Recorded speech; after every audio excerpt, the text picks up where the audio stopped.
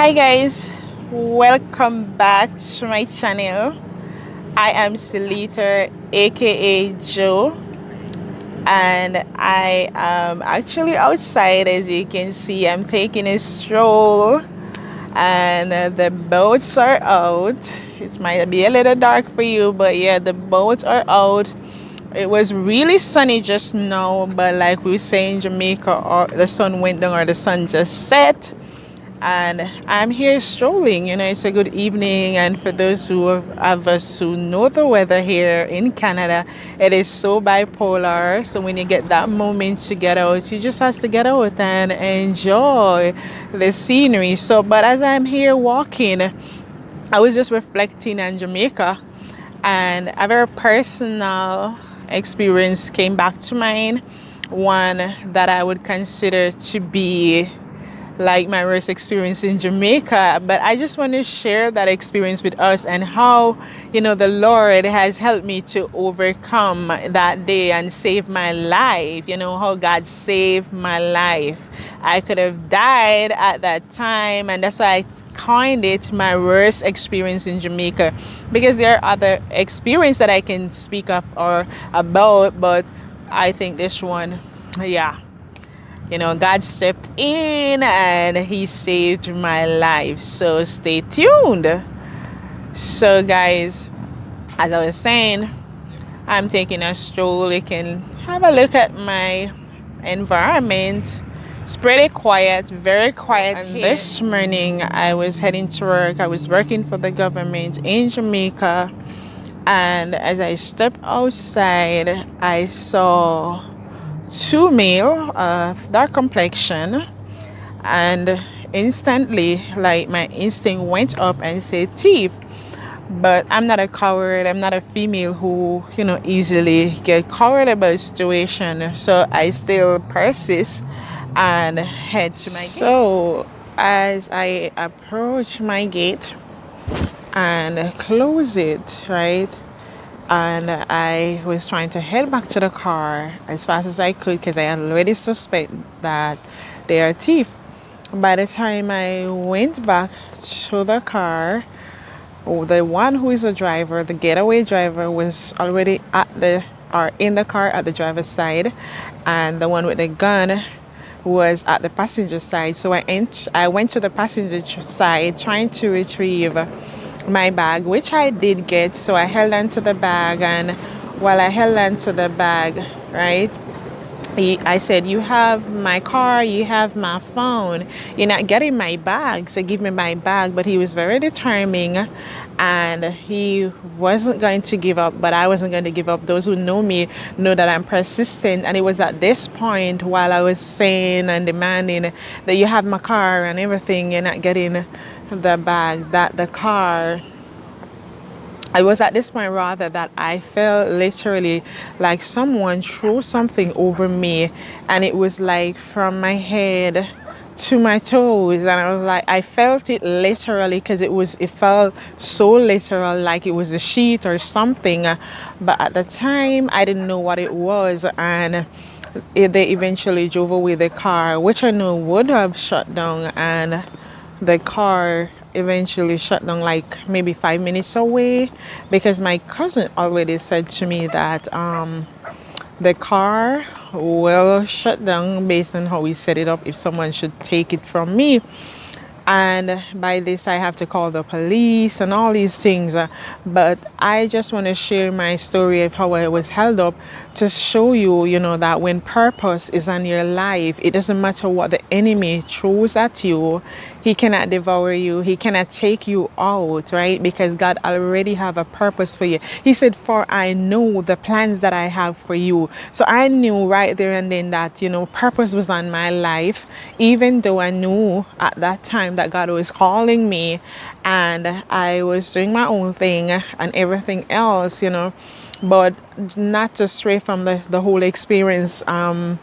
They eventually ran away. I called the police. The police didn't come, and that's another story to itself that will take up a lot of time. So I had to drove the car to the police station, which I think was stupid at the time, really stupid, because I will be, basically I'm handling the whole evidence. So how will you, have get the fingerprints and all those stuff? Anyway, I went and I drove to work that day. Everybody was like, "You are so strong," and all of that. At that point, I wasn't feeling afraid. I wasn't nervous or anything of that sort. I was just going about doing my job as usual and everything. But that night, evening, I went home and I didn't stay at my home because it was took from me at my gate. So, for precaution reason or to be just a little extra careful, I went to my mom. But while I was at my mom, my brother at the time was very young, and he got up in the night and said to me, "Sis, are you worried about the men who took your car?" I don't know if he recognized or see any sign of worry within me or on me why he asked that question, but I said no. But then he responded and he said to me, "I saw a cloud of darkness come over them." At the time, I didn't know what that meant and I didn't know what to make of it, but nonetheless, it brings some form of comfort to me and peace. So I went to my bed and I slept well, got up the next day and I went to work. And I was at work while I was there and doing something, but my head was down. I know I felt someone come to the window, so I looked up to recognize the customer at the time. And when I looked, it was the same young man who held me up with the gun the day before. And he eventually recognized me. I realized that, and he started fidgeting on his phone, recognized that he made a call or a text to someone. But I was professional, so I exercised professionalism and I asked for his documents, etc. And I processed him.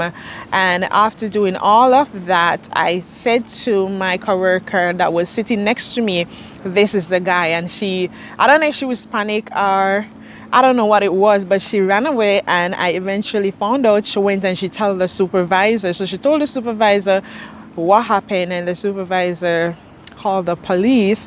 And this young man, nobody asked him any question. He basically gave up himself to the police.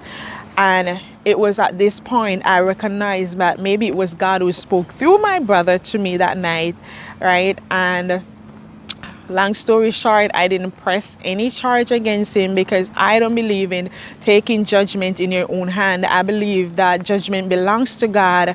And as a prayer warrior, I bring everything to God in prayer. So everybody, when I went to the police station and I identified him and everything, but I didn't press any charge against him. And they held him, I think it was for 2 days, but because I didn't press that they put him away for good, they let him out.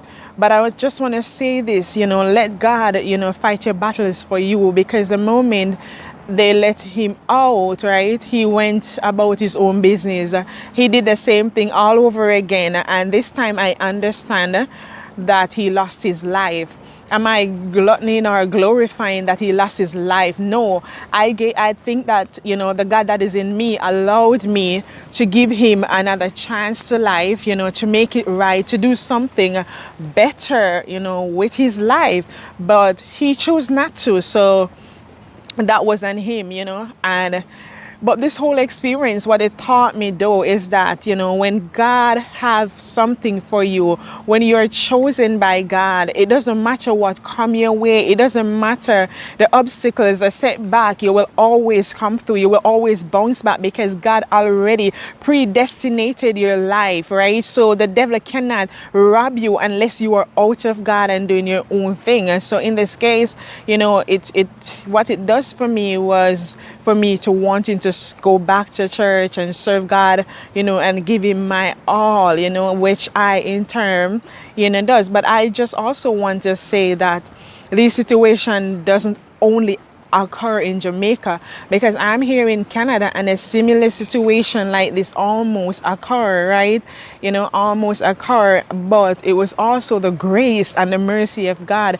And I just want to say that, when we operate in gifting, it is without repentance, and all of these situations that happens, the gift of discernment was active at the time. But when you're out of Christ, you can't even recognize who you are, and what you carries at that time. But today I can say that I truly know who I am in Christ, and I truly know who He is in my life. He's my protector, He's my provider, and everything else that I need. And I can truly say to someone, that I could have lost my life, but God, He stepped in when He put that thing over me. And later on in life, I recognize that it was a veil, a veil that protects you from everything. And it brings tears to my heart and everything else to know that, the love of God is so true. Even when we're not loving on Him, He's loving on us. So while I was strolling, and not having to really look over my shoulder like that, it came back to me. It doesn't mean that I am not on guard here, because I am, because the truth is something similar happened, and that is for another story or another video, so to speak. I just wanted to share this experience of how I almost lost my life in Jamaica, and how God stepped in, and how He even bring them to justice, and to show you that we ought not to fight our own battle, but let God fight the battle for us. And He fought it on my behalf. And my victory might not look the way some people expected it to look, but it looks just how God wanted it to look. And today I am grateful for that.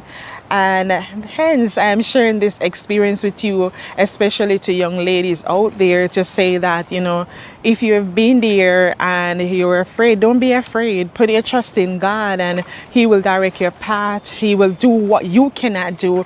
He will do what your mom, your dad, and everybody else cannot do for you. And guys, thanks for listening. Thanks for watching. I ask you to subscribe, like, share, and comment on my videos. Help me to reach 1,000 subs. Right. Thank you for sharing, liking, commenting, and subscribing. That's what helps us as YouTubers to grow. When you share, you like, you comment, you subscribe. So thanks for having me.